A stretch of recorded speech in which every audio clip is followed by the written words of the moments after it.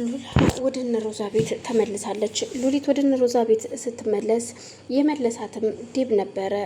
ዴብ ያለችበትን ቦታ እየፈለገ ነበር በብርቱ። ግን ደግሞ ቴክስት እያደረገለት እና ያለችበትን ቦታ የጠቆመው ባንቴሮ ነበር። ባንቴሮ ያለችበትን ቦታ በቴክስት እና በምን ሰዓት ላይ የት ቦታ እንደሚያገኛት ቴክስት አድርጎለት ነበረ። ግን ይህን ሁሉ እሱ ደግሞ አላመንም። እውነት ባንቴሮ ከልቡ ነው፣ ግን እሷ ያለችበትን ቦታ እየጠቆመኝ እያለ በሀሳብ ተነስቶ እዛ ቦታ ይሄዳል። በሄደበት ሰዓት ግን ያየውና ያመነውን ማመን ያቅተዋል።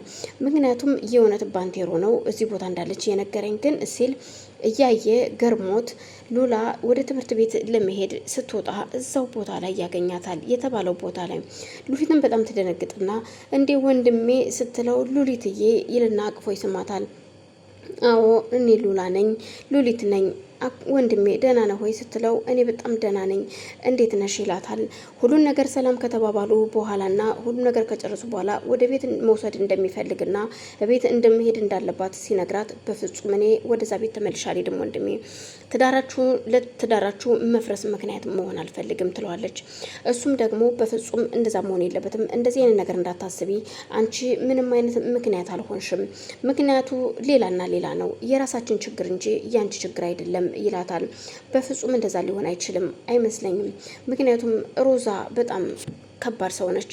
እናም ከሚስት ጋራ እንድትጋጭ አልፈልግም በእኔ ምክንያት ከዚህ በኋላ ስትለው በፍጹም እንደዛ መሆን የለበትም፣ እንደዛ እንዳትይ፣ ሁለተኛ ግን አሁን መሄድ አለብን ለማንኛውም ሲላት በፍጹም እኔ አልሄድም፣ አሁን ከዚህ አልሄድም፣ መሄድ ያለብኝ ወደ ትምህርት ቤቴ ነው፣ ነግሬያለሁ ወንድሜ፣ ተነፋፍቀን ብንገናኝ ይሻላል እንጂ ሁለተኛ ወደ አንተ ህይወት መግባት አልፈልግም ትለዋለች። እንደዚህ እንዳትይኝ ነግሬሻለሁ፣ ሁለተኛ እንደዚህ ማለት የለብሽም ይላታል። እንዴት እንደዚህ ልትለኝ ትችላለህ ስትለው አዎ ምክንያቱም አንቺን ማግኘት በጣም ቸግሮ ነበረ፣ በጣም እየፈለኩሽ ነበረ፣ ረጅም ጊዜ ፈልጌሻለሁ፣ ስለዚህ ዛሬ ግን አግኝቼሻለሁ፣ ከቤቱ ጨልሟል፣ ቤቱ ያላንቺ በረዶ ነው፣ ስለዚህ መሄድ አለብሽ ትንሿ እህቴ ይላታል። እና እሺ እንዴት ነው መሄድ ያለብኝ አሁን እባክህን ወንድሜ ልለምንክ ስትለው በፍጹም ምንም ነገር እንድትለምኝኝ አልፈልግም፣ ወደ ቤት ነው የምንሄደው፣ ጥዬሽ አልሄድም ይላታል። በጣም ግራ ይገባትና በቃ እሺ ወንድሜ አንተን ከሚከፋክ እሄዳለሁ ትለዋለች። እሺ ትልና እሷም ተነስታ ልብሷን ይዛ ወደ ቤት ትሄዳለች። ወደ ቤት ስትሄድ ሂዋን ብቻዋን ቤት ነበረች። እውነት ሂዋን ማመን ያቅታታል። ስታያት አቅፋት ትሰማትና የእውነት ግን ሉሊት ነሽ ስትል ወይ ጉድ እናንተ በጣም ተነፋፍቃችኋል። በሉሽ እናንተ ናፍቆታችሁን ጨርሱ፣ እኔ ወደ ውስጥ ልግባ፣ ለማንኛውም ስትጨርሽ አንቺ ልብስሽን ቀያይሪ ይላትና ተነስቶ ይገባል። እሺ ትልና እሷም እዛው አብረው ሲጫወቱ ይቆያሉ። ልብሷን ከቀያየረች በኋላ ሮዛ ቤት ስላልነበረች ሮዛን ለመጠበቅ ውጭ ነበረች። ሮዛ ከባንቴሮ ጋር ሄዳ ነበረ። ባንቴሮን ለማግኘት ያለበት ቦታ ሄዳ ነበር። ግን ደግሞ ባንቴሮ ያለበትን ቦታ ቀጥሯ ሳይሆን አይጠፋም ብላ ያሰበችበት ቦታ ነበር ሄደችው። ግን እሷ አስባ መልካም ነገር አስባ ብትሄድም ግን ባንቴሮ እሷ እንደጠበቀችው አልነበረም ያናገራት። እዩልሽ እንደምትከታተኝና እንደምትሰልይኝ ድርሽብሻለሁ፣ ስለዚህ አርፈሽ ብትቀመጭ አይሻልሽም ወይ ሲላት እንዴት እንደዚህ ትኛለሽ? አንቺ እየተከታተልሽኝ እንደሆነ ሰው እንደቀጠርሽብኝ አውቃለሁ ልታስገድኝ፣ ስለዚህ አንቺም ሆንሽ ያ እንዲገለኝ የቀጠርሽውን ሰው ብታስቆም ይሻልሻል፣ አንቺንም እናትሽንም አፈርድሜ እንዳላስብላችሁ እስከ ያሹ ብሆድሽ እስከ ያሹ ልጅ እንዳልገልሽ ይላታል። በፍጹም ምን እያልክ ነው ግን? ቆይ አንተ እኔ እኮ አንተን ላገባህና አብሬህ ልኖር እፈልጋለሁ ስትለው በፍጹም ከአንቺ ጋራ መኖር አልፈልግም፣ አንቺ ለኔ አይደለም ለዴብ የምትገቢ አይደለሽም። ደግሞ አንድ እውነት ልንገርሽ ሮዛ፣ እንደውም ለዴብ እነግረዋለሁ። ትናንትናም ከቤቱ ጣ ሲለኝ በትግስቱ ስላለቀና ከሱ ጋራ ኃይለ ቃል ላለመነጋገር ስል ነው እንጂ እዛ ቤት ቶሎ እየወጣሁት ነግሬው ነበር መውጣት የፈለኩት። ሁሉንም እነግረዋለሁ፣ ያለውን ነገር አንድ ባንድ እነግረዋለሁ፣ እመኝኝ፣ አንቺን አፈር አስበላሻለሁ ይላታል።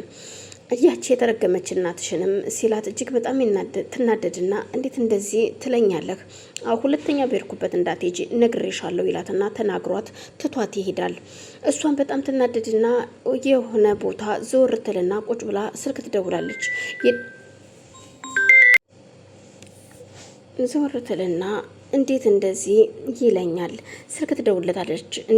እሱን እንዲመታላት የቀጠረችው ሰው ጋር ነበረ ስልክ የደወለችው። ስልክ ስትደውልለት ምንድነው አንተ ከርፋፋ፣ ምን አንተ ሴት ነህ እንዴ? ቆይ ግን እንዴት እንደዚህ ታደርጋለህ? እንዴት እየተከታተልከው እንደሆነ እኮ ደርሶብሃል ትለዋለች። ምን? አዎ ደርሶብሃል፣ ግን አንተ መሆንክን አላወቀም እንጂ እውነቴን ነው ልንገርህ፣ ደርሶብሃል አንተ መሆንክንም። ግን ደግሞ ሰው